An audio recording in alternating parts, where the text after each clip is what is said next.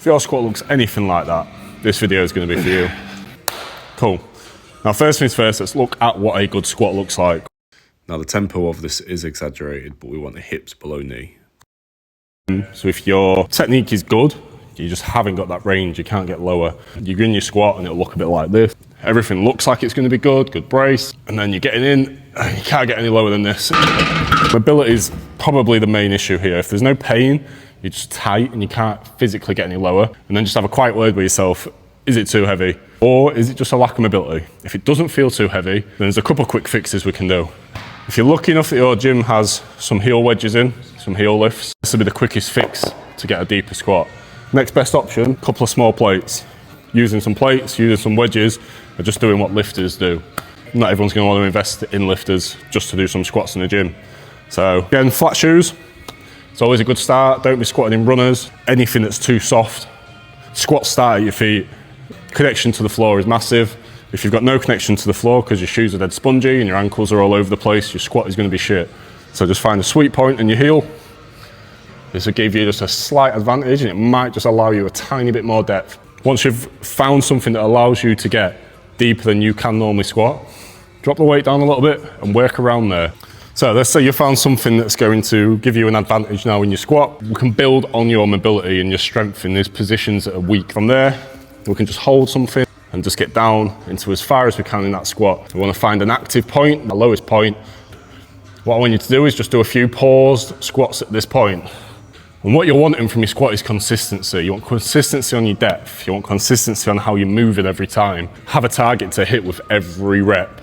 You're hitting that depth, you're creating strength in places your body's not used to. And now I'm not trying to purposely push my hips really far back to make sure I hit that. I need to make sure that I'm close enough that my squat stays natural. Push through, push through. So again, just make sure you're not setting it up too far behind you, that you're trying to reach to the ball. It wants to be in a natural position for your squat. So finally, we're just going to look at a couple of things that will hopefully, won't work for everyone, but will work for some people, improve your mobility for squatting. Some basic things you can try do to loosen up your squats before you start. Just get myself down into where the bottom of my squat is, and just sit there actively, allow things to get warm down there. You could also sit yourself in a squat with a bar on top of your knees. My chest is up, trying to push my feet and my knees wider than what I'd normally squat. So again, this is also going to warm my ankles up, hips, glutes, bit of my back, my core. Now a similar movement to the last one would be, again, using a box, so you're not having to be as far down on the floor. Again, your squat depth might not allow that to get down there. So start in this position, get over on the box, trying to drive my knees as far forwards as I can, while keeping my heel down as much as possible. Obviously from here, I can go heavier with my weight if I need to, if I find it's quite easy after a while. I'll just, again, work on getting more out of my motion. Loosen it off, increase my range if I can. Your ankles aren't warm and loose, everything's going to be stiff from there up. So start at the bottom and warm up from there. But the stretch we're going to look at, trying to get a parallel leg as much as I can. And then from here, I'm dropping my weight back into this back leg. So I'm coming down as much as I can. So I'm pushing my hips back. I'm not under myself, my back. Pushing my hips back. And then from there, if I can, I'm just going to come forwards or across to my knee. All those little areas are going to work on moving my hips, my glutes in places that, again, probably not used to being in. Obviously do both sides. If your job is seated, your hips will be quite tight, they'll be quite weak, your glutes will be quite weak, your hamstrings will be a bit tight, your back might be a bit sore. All these things get affected by being sat down too much.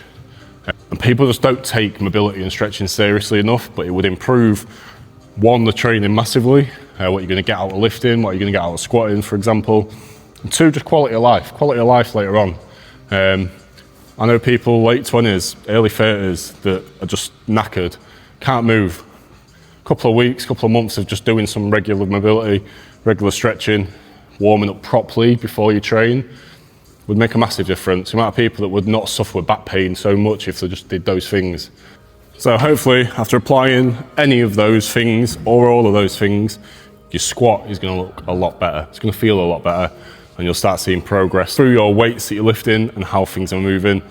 And also, the better your mobility is, the more you're probably going to see progression with gaining muscle as well as gaining strength. And if you want to see anything else, other movements you want me to strip down, break them down for you and build them back up, show you how to work better with them, how to move better, how to scale them into different options to progress towards that movement, comment them below and we'll add to this.